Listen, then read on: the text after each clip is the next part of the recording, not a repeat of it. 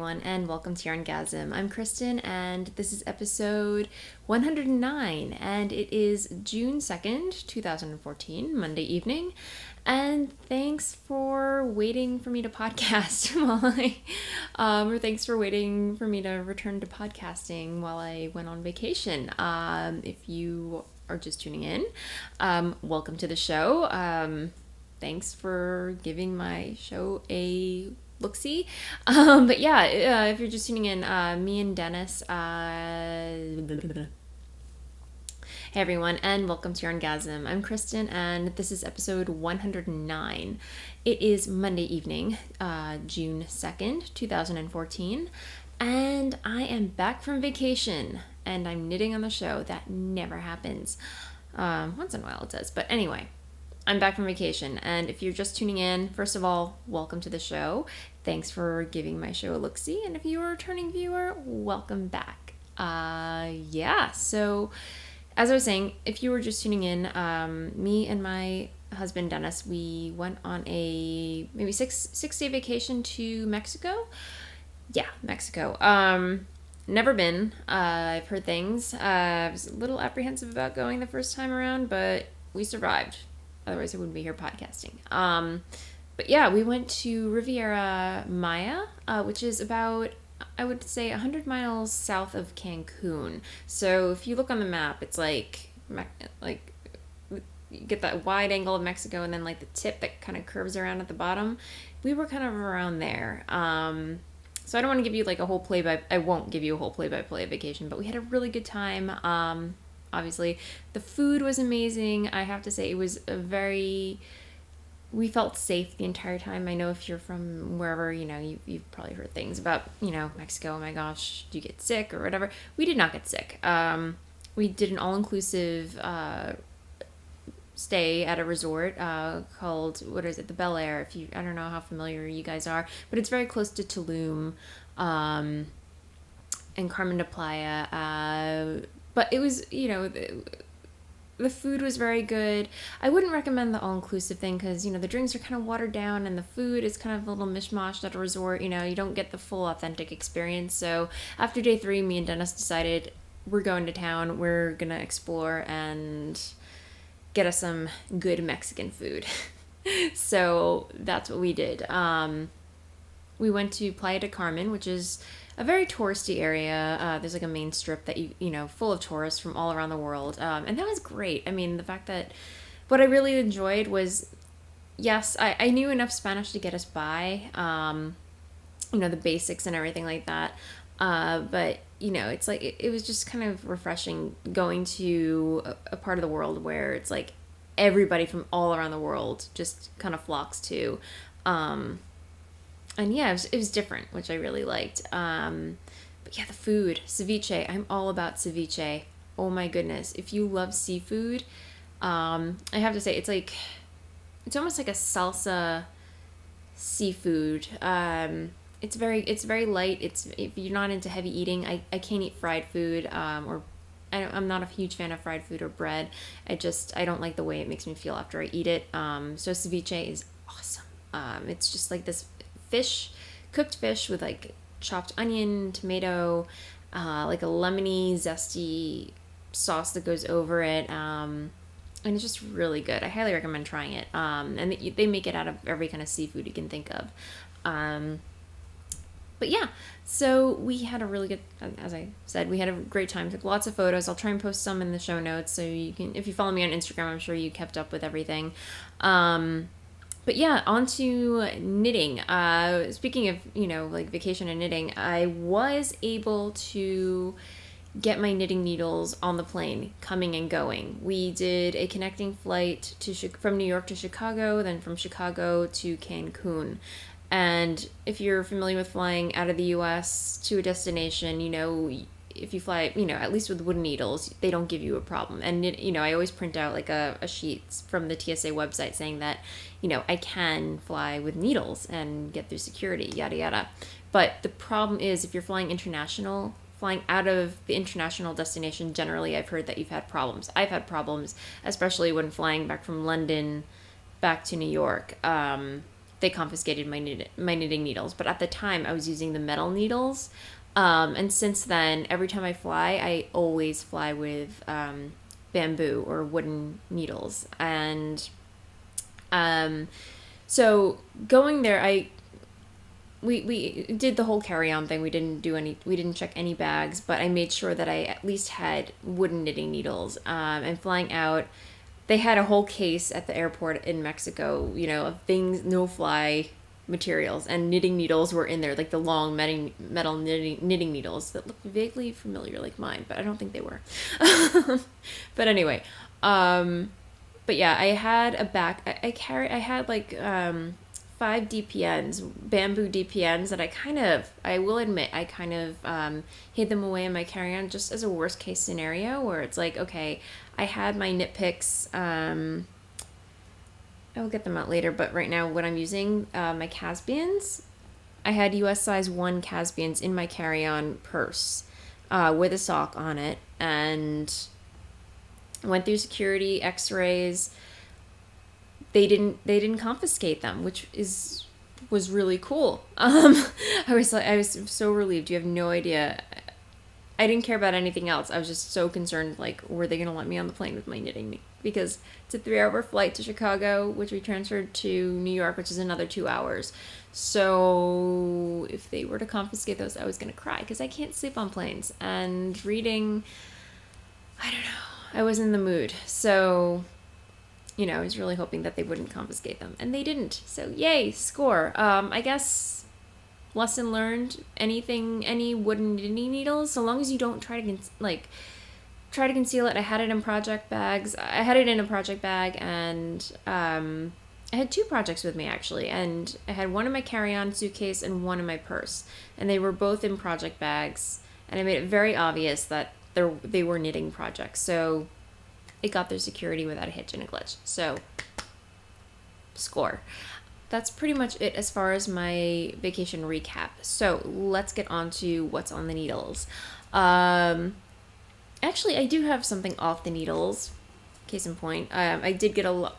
I honestly did not do a lot of knitting on vacation, but on the plane, I did a lot of knitting, and I got 1 sock done. Granted, I have other pairs on the needles, but I finished my first toe-up sock. How awesome is that? And we'll get said sock blocker out so you can see.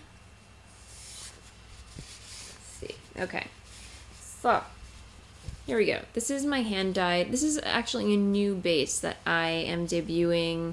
I've actually debuted it on the website, and I called it Strasa New, which is because I fell in love with this. I have like a superwash merino nylon that I'm not smitten with, but this I am so smitten with. I mean, BFL, if you watch Laura's Dyer's Notebook podcast, she readily admits that BFL is not the softest fiber of the lot, but it's strong. It's strong when it comes to like knitting socks. It's durable, and it just has like a nice sheen to it. And this is, what is it? Superwash BFL 80%, and then there's 20% nylon, so it's extra sturdy. This is going to be my next go-to. This will be a standard in my Etsy shop, so stay tuned for that. I believe there's like 1 or 2 more skeins left in there, but come next week there will be an update with more colorways coming in my BFL, and I'm trying to find out a new name for it. I'm not psyched about Straße New, which is street new in German if you're familiar, but yeah, I have another sock base that's called Straße, specifically for sock knitting yarn, but yeah, I'm trying to come up with a more fun name. I don't know, it's a temporary solution, but anyway, this is my C Lab colorway, and I just sold another colorway in my Blitzed, but because it's so popular, I think I'm going to make this a regular in the shop, but I'm really loving the way this turned out. But yeah, again, this is my first toe-up sock that I ever knit. I started another one, but the colorway was too pretty to be socks, so I stopped knitting on it and I cast on a new one.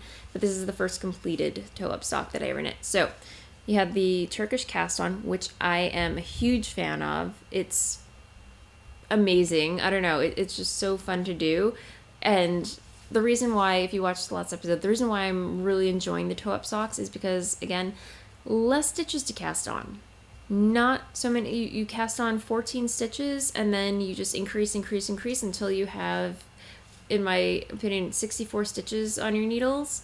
So, you know, if you're knitting magic loop, 32 on one end and 32 on the other, and then you knit the foot, put in your scrap yarn for the heel, for the afterthought heel.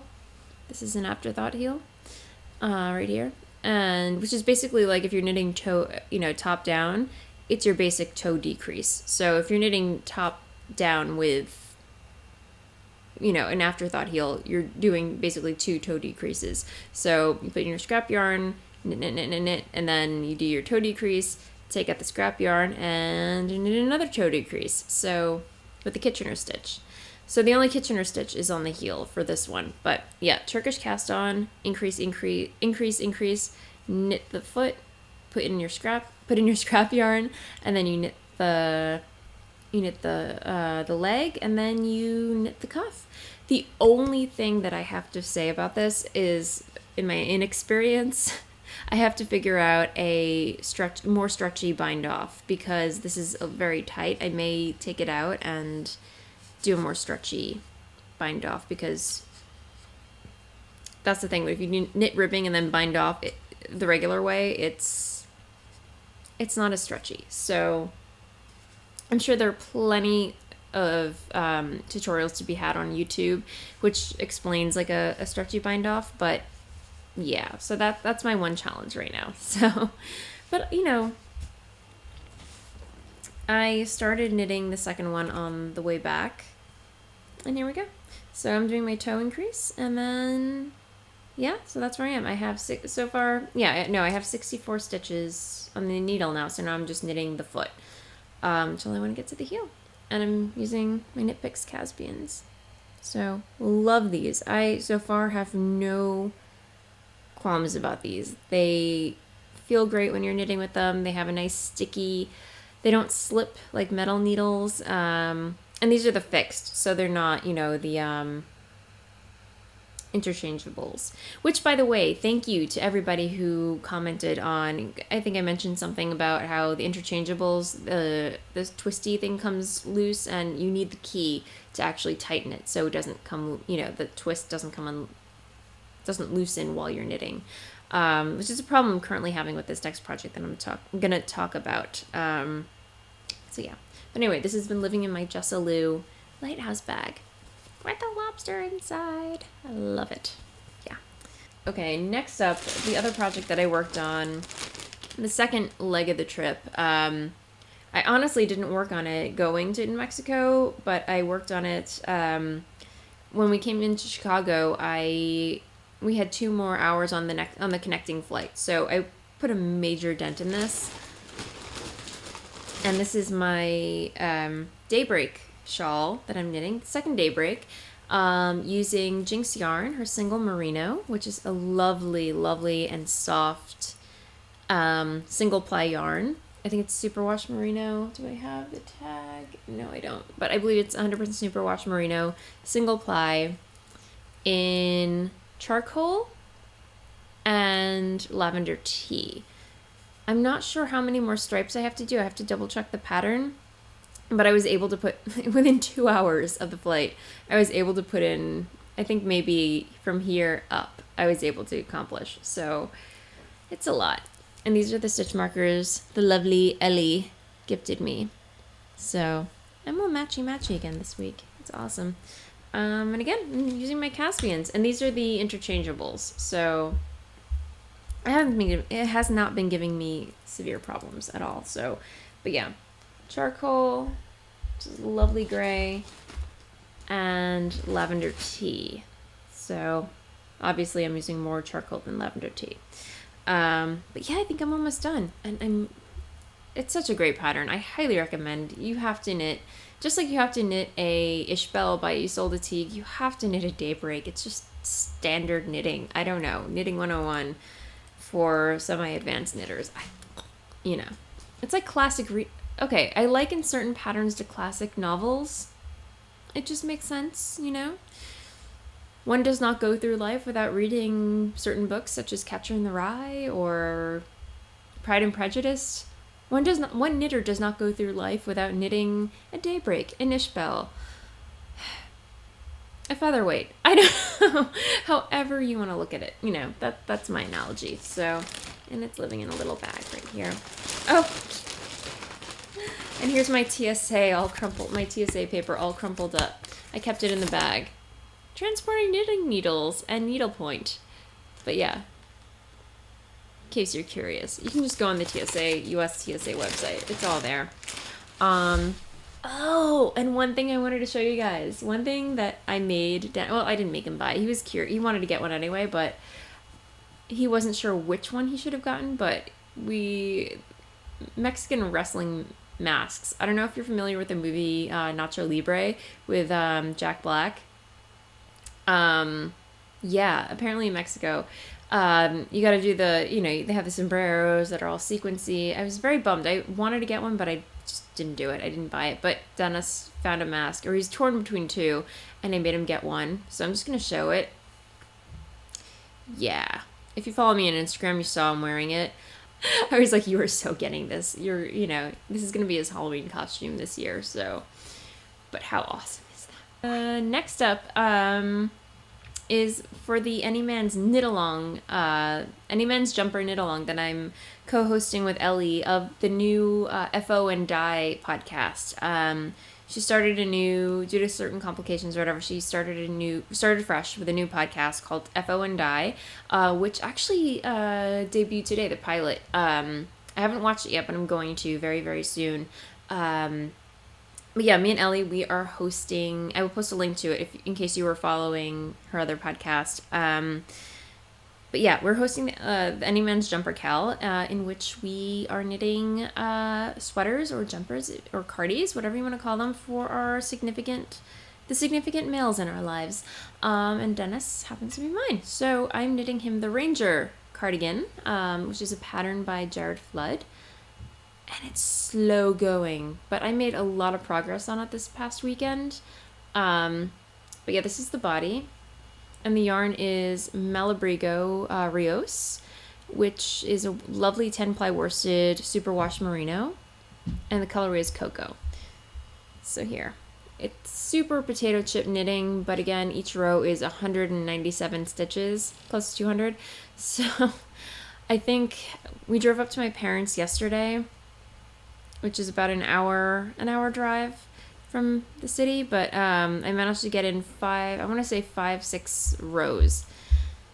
Not a lot, but I believe in the morning I started down here. Wait, I had to start a new skein, so going by the back. I started this Sunday morning, and I got maybe that much done, and I did 3 rows tonight. So clearly I did not do a lot.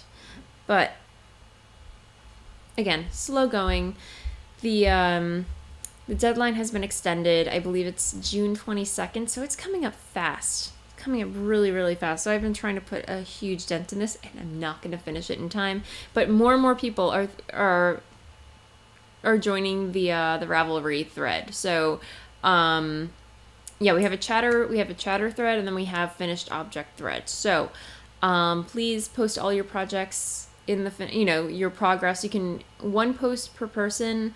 Just post you can update that one post as much as you want. Just one post per person. Just as many photos as you want to post, but one post, and that's your post, and customize it, make it yours. So there's that, and then if you just want a general chatter, there's a thread for that. So, but yeah, join up if you are a super speedy knitter at this point, because it's a lot of fun. And yes, it's got to be start to finish. So no midway. You had to have cast on from the start date, or you can cast on when you're watching this, and the goal is to just be finished by the 22nd, I believe. Correct me if I'm wrong. I will post a correction over this if my words are just not matching up with the facts. So, but yeah, so I have maybe like 6 more skeins to work through with this. But yeah, so there's that. And I think that's all that I have knitting wise, project wise, that's all that I've worked on. Literally, it's terrible. I have so many other things that I need to work on, but I also let's go into spinning because that's what I'm going to talk about next. I did a lot of spinning this week, guys. I was watching the Inspired Knits podcast hosted by Bobby, who is a wonderful hand dyer. She does roving, she does she spins, she dyes yarn and everything. Yeah, she's got a wonderful podcast, and she actually recommended what is it? Spinning with it's a craftsy class, and it's called Spinning with Dyed Fiber, hosted by Felicia Lowe, who is the owner of, if you're not familiar yet, Sweet Georgia Yarns. And, you know, she highly recommended it, and I was like, ooh, I'm curious, because my spinning seriously needs improvement. So I purchased a class, and I've been watching it all weekend long, and I've just been totally inspired to pick up my spinning and improve on what I've been doing. So, Bobby, if you're watching, thank you. This was an awesome recommendation, and the class, I highly recommend it. It's probably one of the best craftsy classes I have ever taken, aside from, you know, learning how to design your own shawl patterns, lace shawls and everything. I was working on my hobble toy fiber, which, by the way, I've been making very slow progress on, mainly because I'm still learning how to spin. This is my hobble toy fiber that I'm still plowing through. I have like 2 big balls. It's only, I think, 4 ounces that I have to work through, but it's slow going, and I had other fiber that I really wanted to dig into, which was my spun right round.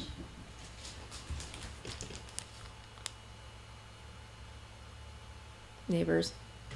Anyway, let's see. This is. Let me show you the fiber first. I'm gonna have to pull Tallulah over here. Okay. You are gonna be shocked because I did so much spinning this week, guys. I'm so proud of myself, and it's coming out super awesome. How awesome is that? And again, this is my spun right round fiber that I purchased a while ago, and it's literally just been calling out my name ever since I purchased it. So yeah. Spun Right Round by Renee Hanel. And this is her Falkland fiber, hand dyed 4 ounces in the colorway Mr. Kittens. So, and it's such a lovely, lovely colorway. Let me see. I recommend. So here's the braid, and after I swear, like, my spinning just spending maybe 2 hours watching the whole class, my spinning has improved. I have to say, like, about at least 40%. I'm plying better. I understand staple length and how to, like, separate, because when you get a braid like this, you kind of, like, she explains how to separate the yarn, or like all the different ways that you can ply or draft the yarn and separate it or spin it up, and just there's so many different ways. I mean, and basically I've just been separating the yarn by color and drafting them and putting them into these little balls,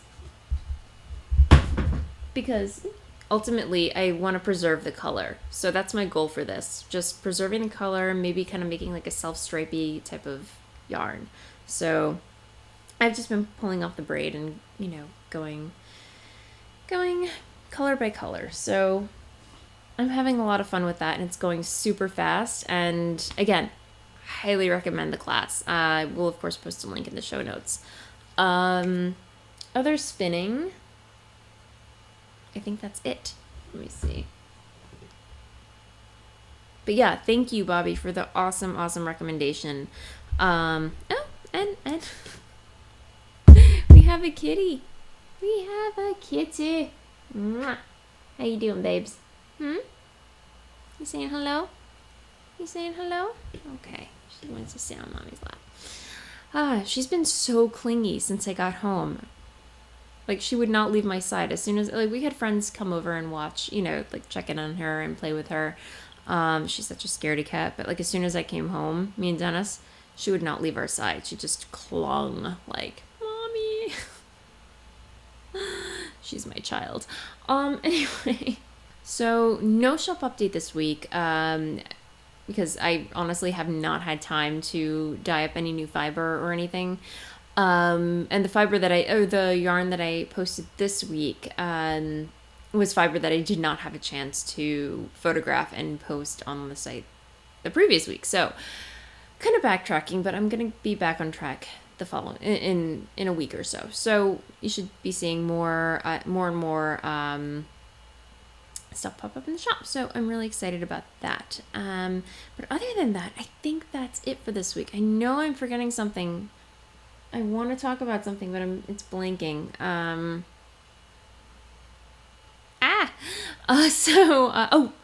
Stash enhancements. Yes. Oh my goodness, stash enhancements. We are forgetting stash enhancements.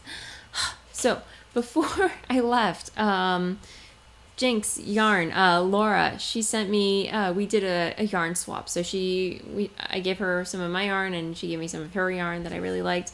And one skein of yarn that I was coveting from her site was unsafe for swimming.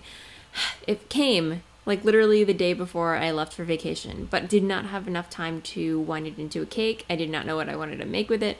But the funny thing is, this colorway is actually inspired by her honeymoon vacation, which happened to be in Cancun. What are the chances?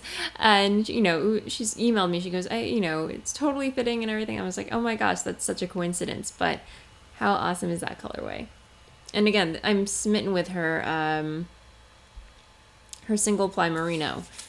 It's 100% superwash merino, but it's single ply, and it's 400 yards, 100 grams per skein. So, but it has like all these little, generally I'm not a pastel-y type of person, but it has all these really pretty colorways and then these shocks of red and turquoise. And it was totally inspired by her honeymoon in Cancun. So I wish I had time to like knit it up. Then I could be like, see, I'm knitting in Cancun with your colorway. It's awesome. But no, I got the email too late. But anyway, I love this color. This will be something amazing. Not socks.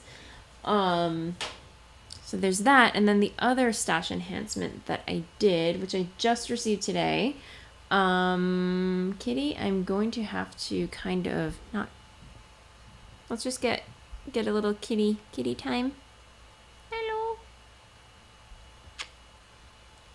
She's like, please, don't even.